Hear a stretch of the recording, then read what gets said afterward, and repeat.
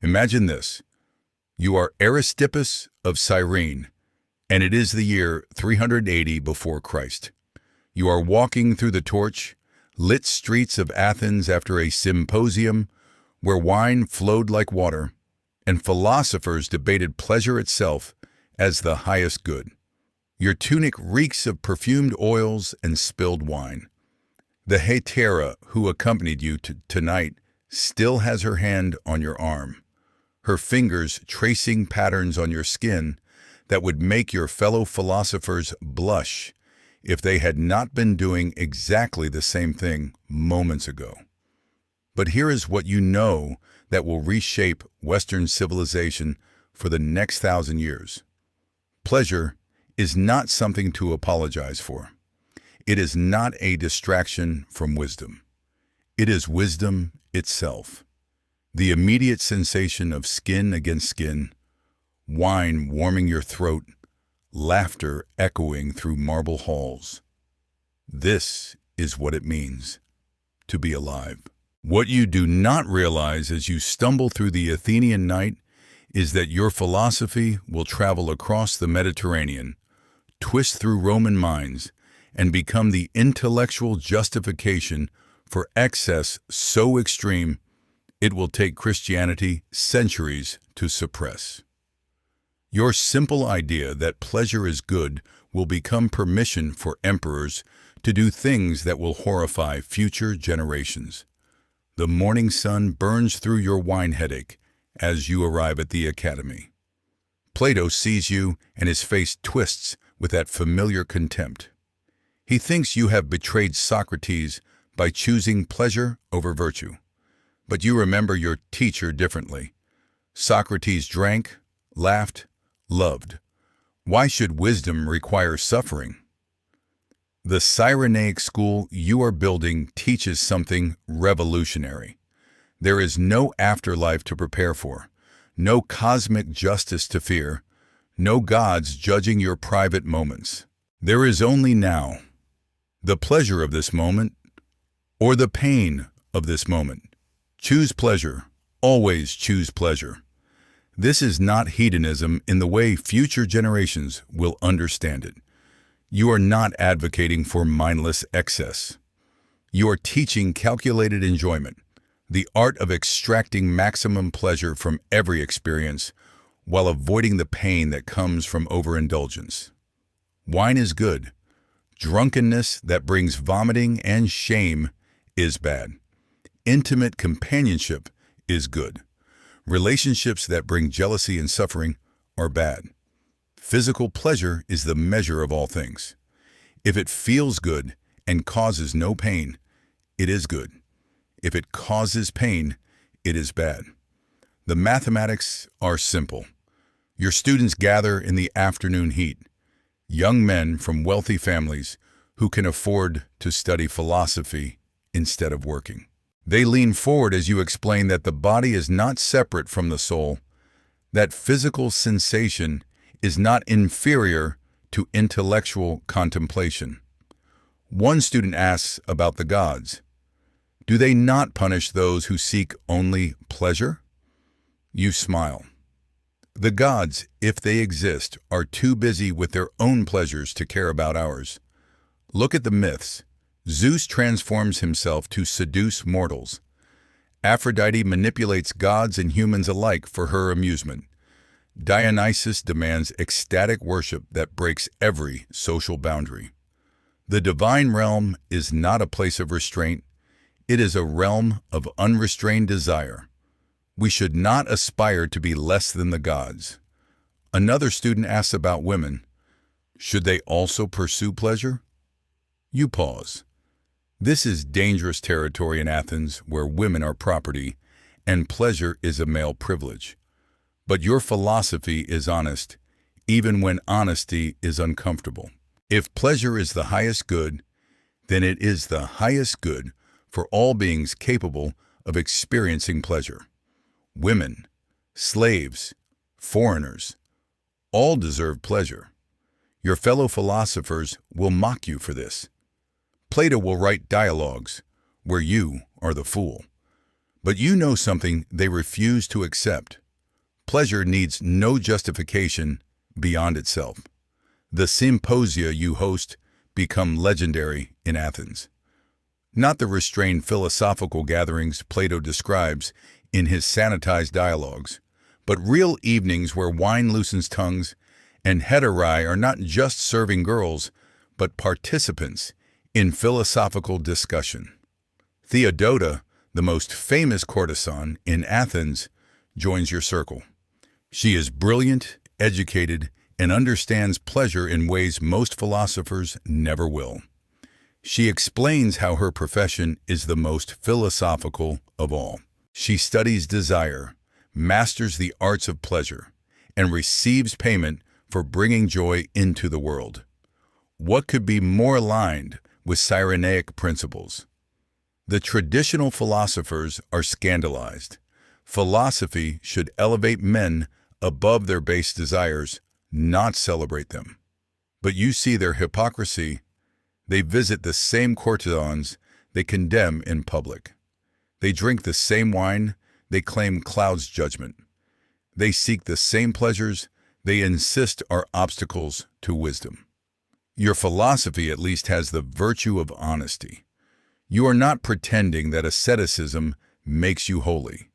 You are admitting that pleasure makes you human. But here is where the philosophy starts to change. Your grandson, also named Aristippus, takes your teachings further. If pleasure is good, why limit it? Why calculate and measure? Why worry about consequences when there is only this moment? The younger Aristippus teaches something more dangerous: immediate gratification without concern for future pain. If tomorrow brings suffering, that is tomorrow's problem. Today demands pleasure. This is the mutation that will travel to Rome. Not your careful hedonism, but your grandson's reckless version. The idea that intellectual people, educated people, philosophical people can justify anything that brings pleasure. The framework is in place. Now it just needs the right environment to flourish. 50 years after your death, another philosopher arrives on the scene who will complete the transformation you started. Epicurus of Samos opens his garden school in Athens in 307 before Christ, and his message sounds similar to yours, but contains a crucial difference. He teaches that pleasure is the absence of pain, rather than the presence of sensation. This sounds more restrained than your teachings, more sophisticated, more acceptable to traditional Greek sensibilities. But it contains a trap. If pleasure is the absence of pain, then anything that removes pain is philosophical. Wine that numbs emotional distress is philosophical. Intimate encounters that distract from existential dread are philosophical. Excess that drowns out the fear of death is philosophical.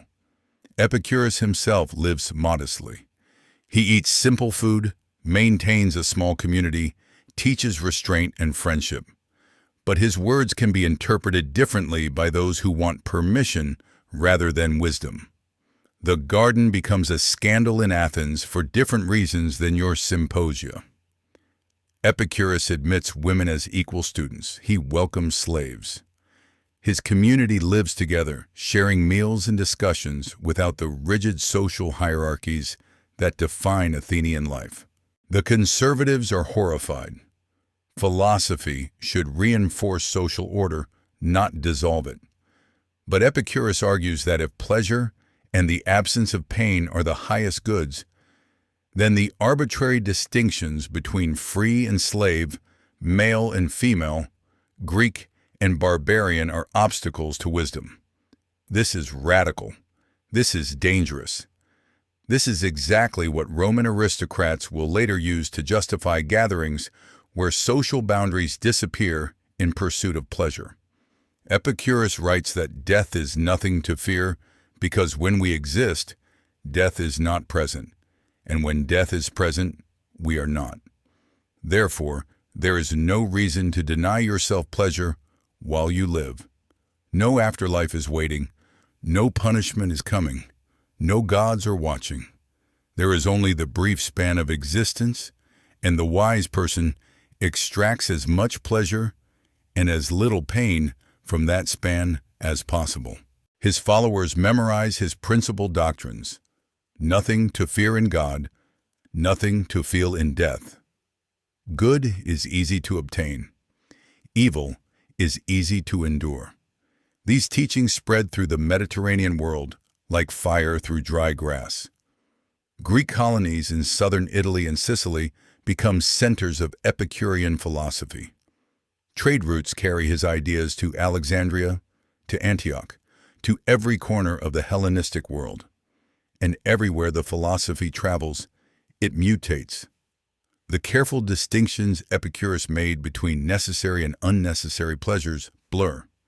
The emphasis on friendship and simple living fades. What remains is the core permission structure. Pleasure is good. Death is nothing. The gods do not care. Do what feels right. By the time Roman armies march into Greece, Epicurean philosophy has been simmering for 2 centuries, ready to explode when it meets Roman ambition and wealth. The year is 146 before Christ. Roman legions under Lucius Mummius sack Corinth and burn it to the ground. Greece becomes a Roman province. But Rome does not just conquer Greece militarily. Greece conquers Rome culturally. The Romans are suspicious at first. Cato the Elder stands in the Senate and warns that Greek philosophy will corrupt Roman virtue. He is right to worry, but he cannot stop what is coming. Roman aristocrats hire Greek tutors for their children. Greek philosophers arrive in Rome as slaves and teachers. Greek ideas about pleasure, about wisdom, about the good life infiltrate the Roman ruling class. And the Romans, with their vast wealth and absence of restraint, take Greek philosophy to places the Greeks never imagined. Now that you have witnessed how Greek philosophy about pleasure crossed from Athens to Rome, you are beginning to see the patterns that transformed intellectual debate into imperial excess. The Cyrenaics celebration of immediate sensation, the Epicurean framework that defined pleasure as the highest good, these were not just abstract theories.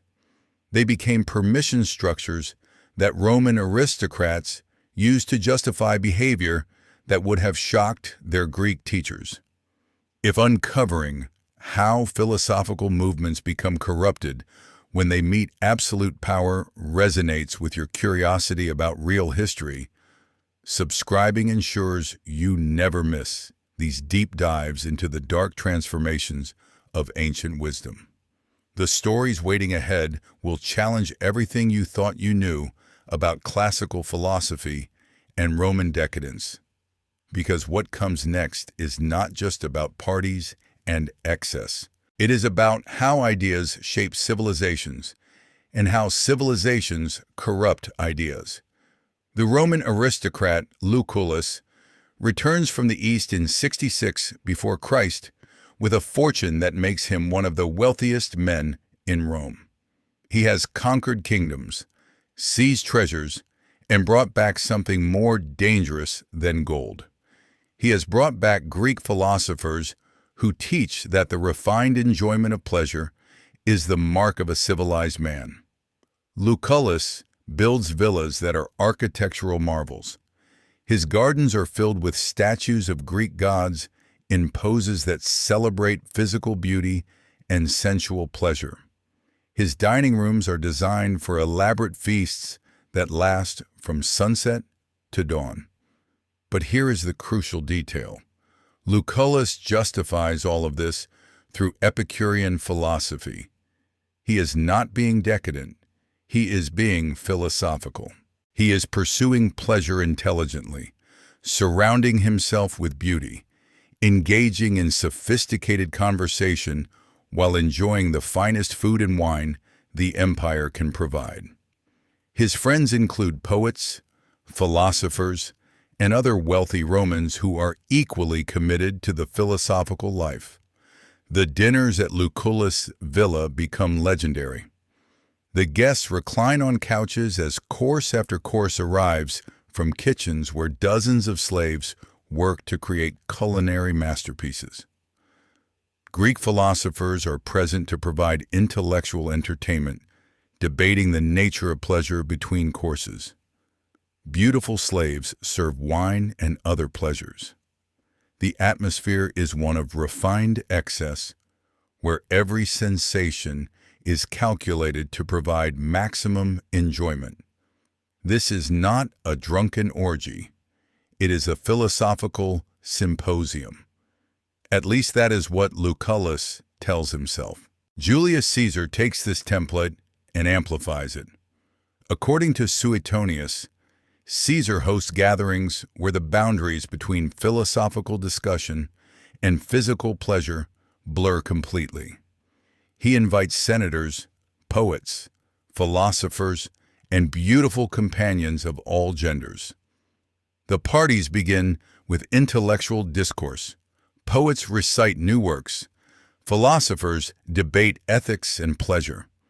But as the night progresses and the wine flows, the gatherings transform into something else entirely.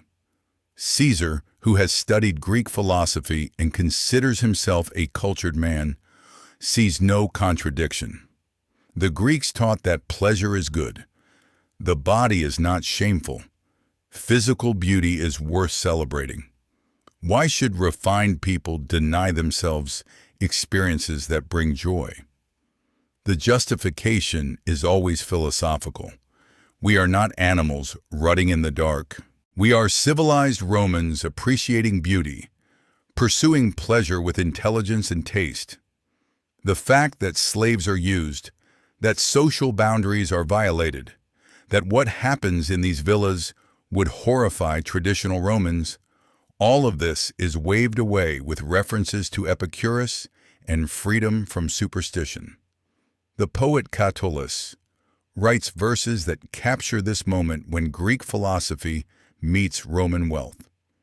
His poems celebrate affairs with both men and women, describe intimate acts with a directness that would have shocked earlier generations, and justify everything through references to pleasure, beauty, and the brevity of life.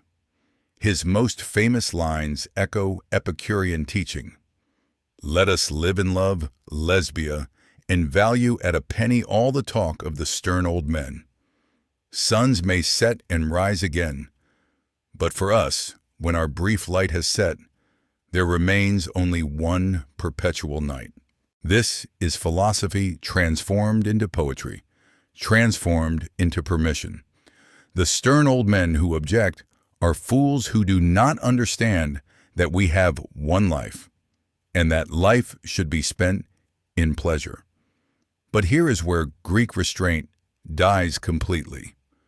The Romans take the philosophical justification for pleasure and strip away all the Greek caution about moderation and consequence. Maecenas, the political advisor to Augustus, hosts gatherings at his villa that blend high culture and extreme indulgence. Musicians perform while guests enjoy pleasures that range from refined to depraved. Philosophers are present to explain how all of this aligns with the teachings of Epicurus.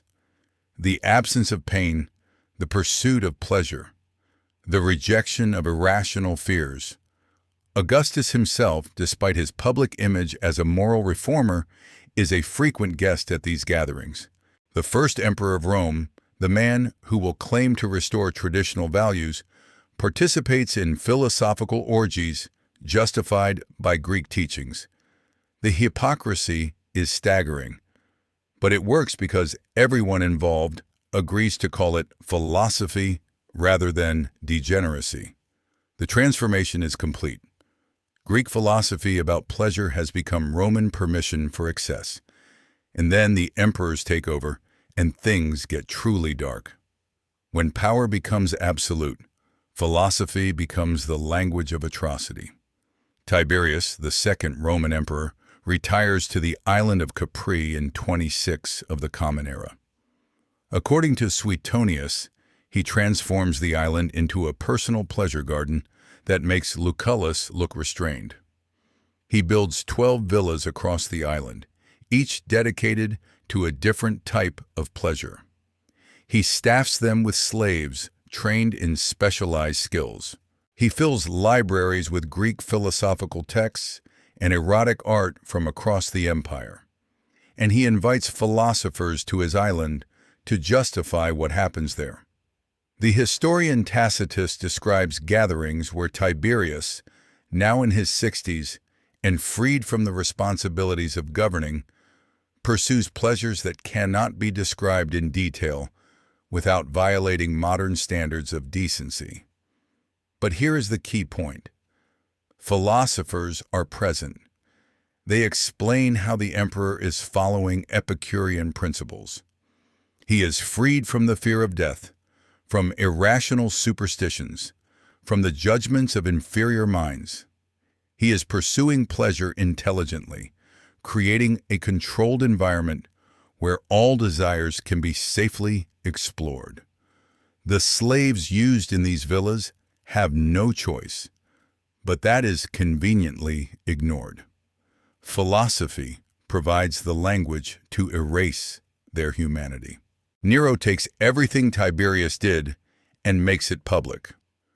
When he becomes emperor in 54 of the Common Era, at the age of 16, he has been educated by the Stoic philosopher Seneca. But Nero does not embrace Stoic restraint. He embraces the aspects of Greek philosophy that justify his desires. He builds the Domus Aurea, the Golden House, a palace complex so vast it covers multiple Roman hills. The dining rooms rotate to follow the sun. The ceilings open to shower guests with flower petals and perfume. Slaves operate hidden mechanisms that transform rooms from banquet halls to intimate chambers to theatrical stages. Nero hosts gatherings that last for days. Senators are required to attend and participate in activities that violate every boundary of Roman decorum. But Nero has court philosophers who explain that he is not being a tyrant. He is being enlightened. The Greeks taught that conventional morality is just superstition, that true wisdom means seeing through social constraints, that the philosopher king should live according to nature rather than custom. And Nero is living according to his nature. Petronius serves as Nero's arbiter of elegance, literally his judge of taste. Petronius is a philosopher, a writer, a man of refined sensibilities who decides what pleasures are sophisticated and what pleasures are vulgar. His novel, The Satyricon, survives in fragments and describes a world where wealthy Romans attend feasts that begin with elaborate food and end with activities that blur all social boundaries. The novel is satirical, but it is also documentary. This is what is happening in Nero's Rome. Philosophy has become the servant of power. Greek ideas about pleasure have been twisted into justification for systematic exploitation. The slaves who serve at these gatherings, who are used and discarded, whose bodies become objects for philosophical experimentation, they have no voice in the texts that survive. But they were there, thousands of them, trapped in a system that used the language of wisdom to justify their abuse. Seneca, the Stoic philosopher who was supposed to guide Nero toward virtue, participates in this system. He becomes one of the richest men in Rome through his association with the emperor. He attends gatherings he should condemn. He writes philosophical treatises about virtue and restraint while living in luxury that rivals Nero's. The contradiction eventually becomes unbearable. In 65 of the Common Era, Seneca is accused of conspiracy and forced to commit suicide. As he dies, he dictates final thoughts to his secretaries. But he never truly confronts the central hypocrisy. He helped create a system where philosophy justified imperial excess. He brought Greek wisdom to Rome and watched it transform into permission for atrocity. The pattern continues through later emperors. Domitian hosts elaborate banquets where philosophical discussion mixes with increasingly extreme entertainment. Commodus, who believes himself to be the reincarnation of Hercules, justifies his behavior through references to Greek hero cults and divine pleasure. But the most extreme example comes in the early 3rd century with the Emperor Elagabalus.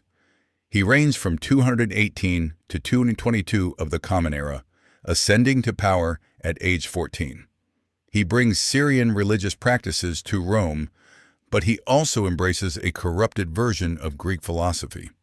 He hosts gatherings that contemporary historians describe with shocked fascination. Dinner guests are seated according to the size of their sexual organs. Philosophers debate pleasure while entertainments occur that push beyond even Roman tolerance. Elagabalus surrounds himself with intellectuals who explain that he is exploring the full range of human experience, that he is living according to nature, that conventional morality is for the uneducated masses. He justifies everything through references to Greek philosophy and Eastern mystery religions. The combination is devastating. What you are witnessing is not just imperial decadence, it is the systematic corruption of ideas. Greek philosophers like Aristippus and Epicurus developed sophisticated theories about pleasure, happiness, and the good life. They emphasize moderation, friendship, and the intelligent pursuit of sustainable pleasure. But when those ideas met Roman power and wealth, they mutated. The emphasis on moderation disappeared. The concern for consequences vanished. What remained was pure permission. If pleasure is good and I want it, and I have the power to take it, then taking it is philosophical. The slaves, the exploitation, the violence, all of that can be erased by calling it philosophy rather than abuse. The early Christians recognize what has happened. They do not just attack Roman immorality. They attack the philosophical framework that justifies it. Augustine of Hippo, writing in the late 4th and early 5th centuries, dissects exactly how Greek philosophy was corrupted by Roman practice. Augustine has personal experience with this corruption. Before his conversion to Christianity, he spent years pursuing pleasure according to Epicurean and Manichaean principles. He attended gatherings where philosophy mixed with physical indulgence. He kept a concubine. He lived the philosophical life that Roman aristocrats claimed was the height of civilization. His confessions describe his gradual realization that this philosophical life was actually slavery. He was not free because he pursued pleasure. He was trapped by it. The philosophical framework that promised liberation actually created new chains. He saw how the language of wisdom was used to justify exploitation, how Greek teachings about pleasure became excuses for using other human beings as objects, how the symposium tradition that began with Aristippus drinking wine and debating pleasure ended with emperors hosting gatherings where human dignity disappeared entirely. The Christian assault on pagan philosophy is systematic. Church fathers argue that Greek philosophy, especially teachings about pleasure, led directly to Roman decadence. They are not entirely wrong. The ideas did provide justification, even if that justification was a corruption of what the original philosophers intended. The Council of Nicaea in 325 and subsequent church councils condemned not just pagan religious practices, but the philosophical frameworks that supported them. Epicureanism is declared heretical. The pursuit of physical pleasure is reframed as sin rather than wisdom. The body is now something to control rather than celebrate. The pendulum swings from one extreme to another. Where Roman aristocrats justified excess through philosophy, Christians justify repression through theology. The final blow comes in 529 when the Byzantine Emperor Justinian closes the philosophical schools in Athens. The institution that produced Plato, Aristotle, Epicurus, and generations of thinkers is shut down because it represents pagan wisdom that corrupts rather than elevates. The philosophers flee to Persia. The books are scattered or destroyed.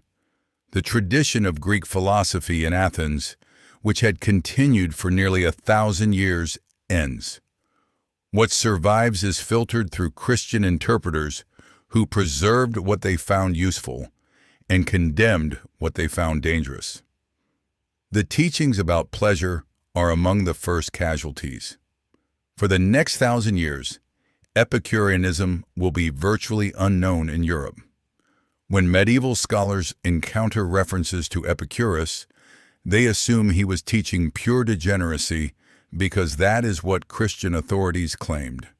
The careful distinctions, the emphasis on friendship and moderation, the warnings about excessive indulgence, all of that is lost. What remains is the caricature. Greek philosophers taught people to pursue pleasure. Romans pursued pleasure to horrifying excess. Therefore, Greek philosophy is dangerous. You came into this story thinking ancient philosophy was about wisdom and virtue, abstractions discussed by bearded men in togas who cared only about truth and reason. Now you leave understanding how those same philosophical traditions became justification for systematic exploitation that lasted centuries. This transformation from Aristippus walking through Athens celebrating immediate pleasure to Nero using philosophical language to justify imperial atrocities shows how ideas evolve or devolve when they meet concentrated power and unlimited wealth. The Greeks developed sophisticated ethical frameworks. The Romans had resources and appetites the Greeks never imagined. When the two combined, philosophy became permission, wisdom became excuse, and the language of enlightenment served the purposes of exploitation. If this journey through philosophy's corruption has awakened your appetite for truth about how ideas shape and misshape civilizations, subscribing means you will continue accessing these revelations that philosophy courses will not teach. Your curiosity about the real human experience behind the sanitized textbooks deserves to be fed, because understanding how wisdom becomes corrupted is perhaps the most important lesson history offers. The legacy of this transformation persists today. When modern people reference Epicureanism, they usually mean indulgence, rather than the careful pursuit of sustainable pleasure Epicurus actually taught. When students encounter Roman history, they learn about orgies and decadence without understanding the intellectual framework that made such excess possible. The symposium tradition, which began as philosophical discussion accompanied by moderate pleasure, has become in popular imagination nothing more than an ancient sex party. The truth is more complex and more disturbing. Greek philosophy about pleasure was not wrong. The pursuit of happiness, the rejection of irrational fears, the celebration of physical existence alongside intellectual growth, these ideas have value, but they also have dangers. When pleasure becomes the highest good, what happens to people who cannot defend themselves? When the absence of pain justifies any action that removes discomfort, who decides what counts as pain? when philosophical freedom means ignoring social boundaries? Whose boundaries get violated? The Roman aristocrats who used Greek philosophy to justify their gatherings never asked these questions. They took the permission and ignored the consequences. They celebrated their own pleasure and ignored the slaves who made that pleasure possible. They called it philosophy and avoided calling it what it really was: exploitation with an intellectual veneer. The philosophers who participated in this system bear responsibility too. Seneca attended Nero's gatherings. Petronius judged pleasures. Countless Greek tutors in Roman households taught their students that pleasure was the highest good without emphasizing the ethics that should constrain that pursuit. They took Roman gold and provided Roman masters with the words they needed to feel civilized while behaving barbarically. Not all philosophers compromised. Some Stoics like Epictetus and Marcus Aurelius maintained that virtue mattered more than pleasure. Some cynics like Diogenes rejected both pleasure and social convention in favor of radical simplicity, but these voices were drowned out by the chorus of philosophers willing to tell the powerful what they wanted to hear. Greek philosophy influenced Roman orgies, not because the philosophy was inherently corrupting, but because people with power wanted justification for what they were already doing, and philosophy provided sophisticated language for base desires. The question for us is whether we have learned anything. We still use intellectual frameworks to justify behavior we know is wrong. We still create sophisticated arguments for why our pleasures are philosophical while others' similar actions are vulgar. We still ignore the suffering of those without power while celebrating our own enlightened sensibilities. The names change, the specifics shift, but the pattern remains. Ideas that begin with genuine insight become corrupted when they serve power. Philosophy that started with the honest question of how to live well becomes the excuse for living badly.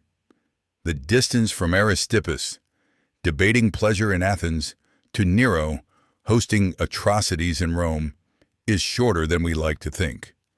It is the distance between asking what makes life worth living and deciding that your pleasure matters more than another person's pain. That journey is always available. That corruption is always possible. Greek philosophy did not cause Roman excess. Roman wealth and power found in Greek philosophy the language it needed. The ideas were tools. The Romans decided how to use them. And we